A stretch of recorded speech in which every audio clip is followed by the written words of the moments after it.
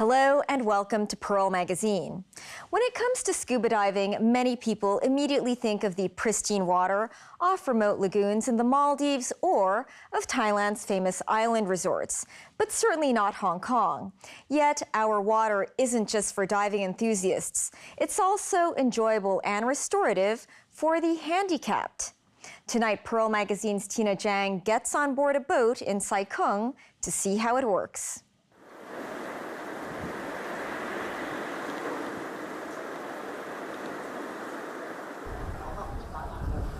On this sunny day at the Sai Kung Public Pier, a paraplegic is waiting to get on board.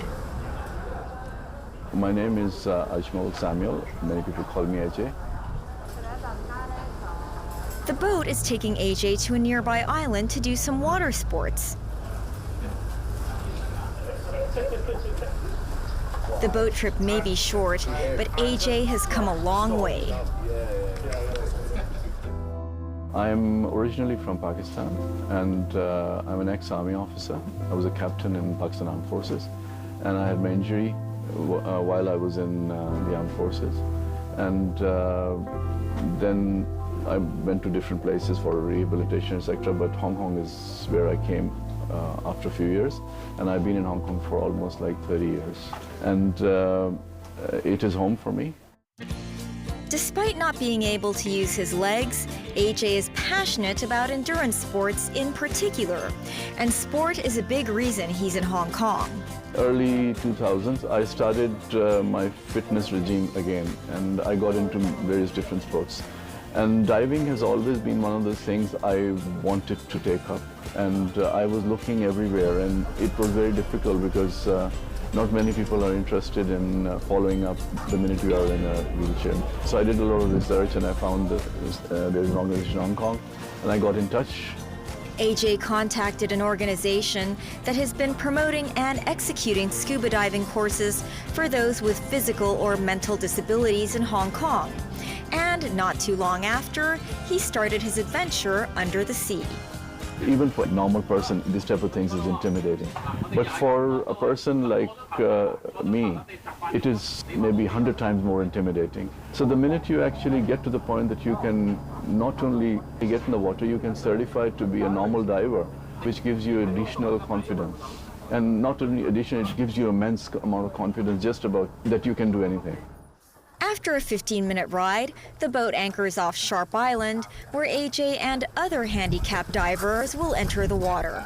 Wheelchair users, typically being physically confined, leads them to be mentally and psychologically confined also. When you are in a situation where you can't do many things, then you feel a little inferior, a little less. Diving is something which takes them out of there. The minute you get into the water, you're almost similar in terms of everybody else because you are free. You don't need to walk. You can go anywhere you want to, just like other people. It was an interesting dive because the first time I see actually a stingray, a massive stingray. And there was a lot of marine life also, so enjoyed that, all of it. Another diver, Wilson Ngai, also enjoys the view under the sea. At first, I saw cuttlefish, then there were sea anemones, clownfish, although not many. I saw some, even grouper, not very big, crabs, and so on.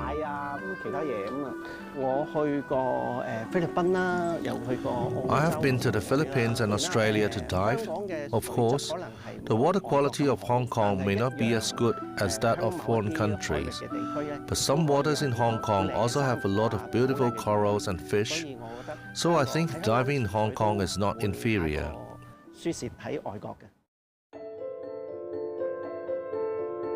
In 1998, Wilson lost his right foot after a psychiatric patient pushed him into the path of a train in an MTR station.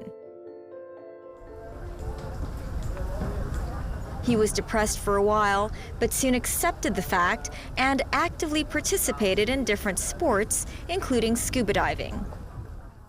I am an amputee myself. After wearing a prosthetic limb, My mobility is basically the same as that of a normal person, but it is always a little hard when I go upstairs. I think diving is very suitable for us to try. We have limited mobility on the ground, but in the underwater world, we are in a state of weightlessness, with much more space to scratch, more relaxation, and less limitations. Wilson is now a professional archer. In 2020, he participated in the Tokyo Paralympic competitions for the first time. Though he has been busy training lately, he loves to go diving from time to time. Whether it's work or any other professional sports, if we are too focused on doing one thing, our thoughts and vision will become narrow.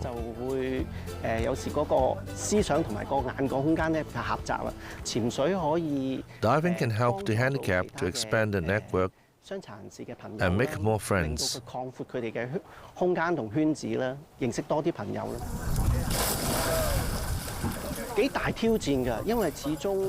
It's a big challenge because it's not like I just put on a wetsuit and jump off with an oxygen tank. After all, we have our limitations. We need more help and more equipment, so a little bit troublesome. But if we are well equipped in advance, everything can go smoothly. Unlike Wilson or AJ, Benson Lau is a new diver with less experience.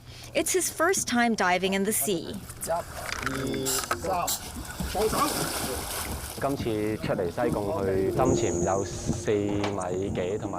Today we went out to Sai Kung to dive. It is more than 4 or 6 meters deep. I think it is challenging. The coach gave me a flashlight to take a look at the sandy seabed and find what I wanted to see. I saw sea cucumbers, shells and seaweed. So exciting. What I see below is actually magnified. I thought I could touch them, but it's still a long way off.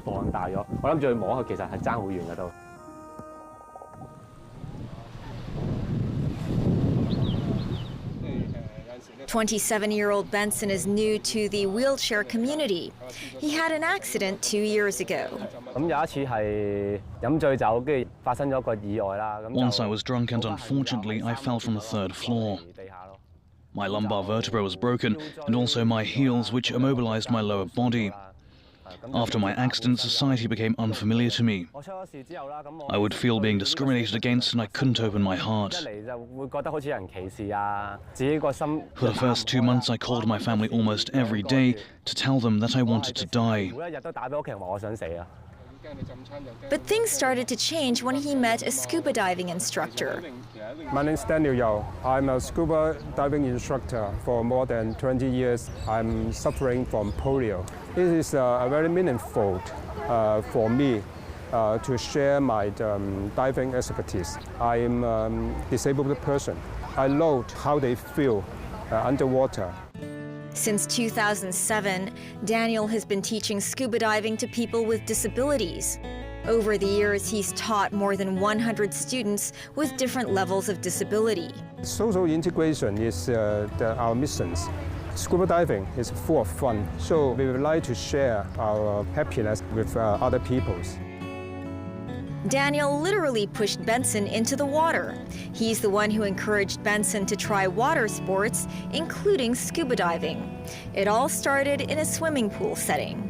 I've never thought that people with disabilities could dive. I'm curious. It sounds interesting. After my injury, I couldn't move my feet and my lower body very well, but I was relaxed in the water in a weightless environment. I could move my feet naturally. I lost 20 pounds when I was injured, but after I caught up with sports and worked out, I slowly became stronger. Another volunteer instructor, Stephen Au, is assisting Benson today. I earned my diving instructor qualification around 1994. I've always loved the sport. I used to work as a civil servant, but I left and opened a diving school. In 2006, Stephen got in touch with a special diving organization in Europe. There was an association for handicapped divers in the Netherlands, which drew our interest because there was no such thing in Hong Kong. We approached them and they sent a trainer to Hong Kong and trained me and a few others. Then we started promoting scuba diving for the handicapped in Hong Kong. Stephen has since become a volunteer instructor and helps the local handicapped community. Getting a diving license is worth celebrating for an ordinary person, let alone for the handicapped. If they got the license, they would be more satisfied. In addition, they can do more exercise in the water, so we believe that diving is both a psychological and a physical therapy for those with special needs. Stephen says that scuba diving has unique qualities that can give the handicap some sort of normality. Diving itself is a non-competitive sport. Diving is unique because we have a buddy system. In the waters, the divers will have to take care of each other. So if a diver's disability is not too bad, he can dive with any ordinary person. Teaching those with special needs is never easy, but Stephen finds it very satisfying. If we could teach a disabled person to dive, it would be very satisfying for our instructors. It's even more exciting and satisfying than teaching ordinary people. You need to be more thoughtful and aware of their needs. How will they change clothes? Will there be anyone to help them change? Or maybe other details. I often tell new instructors that if you could teach a disabled student, then it wouldn't be a problem teaching any ordinary people in the future.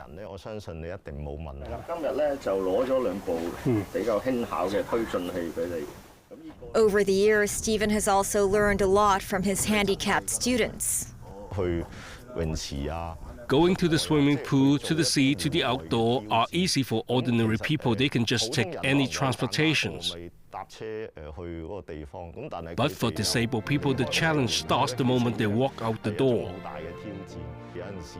Sometimes we instructors and volunteers are touched by their spirit of perseverance.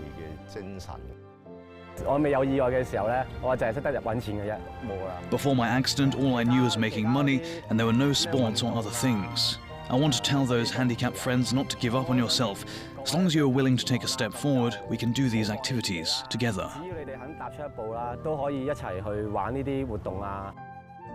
Go diving in our spare time, relax, and look around the environment. It can make you think differently. Besides our busy life, are there any other meaningful things? Maybe we can share with our family and friends, talk to them, and express our inner feelings. One of the biggest things which people can benefit from diving is the confidence. It's one of the big core issues, because when you get the confidence, the hurdle of confidence, get over that, you can do many, many things. When we come back, the ride of a lifetime for the physically challenged. Stay with us.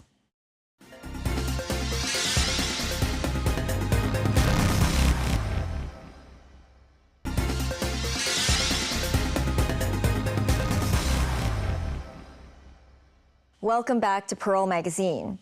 Horse racing has always been an integral part of the Hong Kong lifestyle.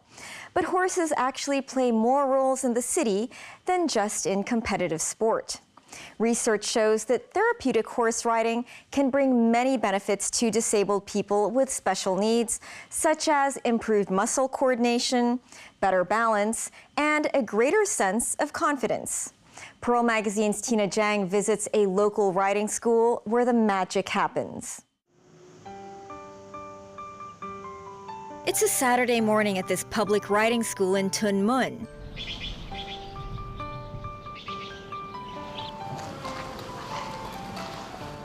Rider Lung Puyi arrives a little bit early today. My name is Puyi. I'm 36 this year. I do weekly lessons with my coach Andrew here. I enjoy riding, waiting for Saturday for my riding sessions every morning, although it's very early. We start at 9. Before she starts, the horse also needs a bit of time to warm up. I ride a few horses. The current one, his name is Jerry. He is dark brown in color. He's quite tall, probably as tall as I am. He's actually a very good horse, very calm and intelligent. He is not young, so he's more mature. So it's easier to work with him when you give him instructions. He learned very quickly. Puyi started riding 7 years ago in her late 20s. Although it's not an early start like many other riders, she enjoyed it anyway. Okay, walk on again. Better. Feel the difference? It has helped me a lot physically and my daily life, and of course to pick up a sport that I can do and I enjoy. Puyi was born a little different. I was born with cerebral palsy, where it affects mostly on my left side of the body, although my right side is a similar situation. It's generally very tight on the left side. The disease affects Puyi's ability to maintain balance and posture.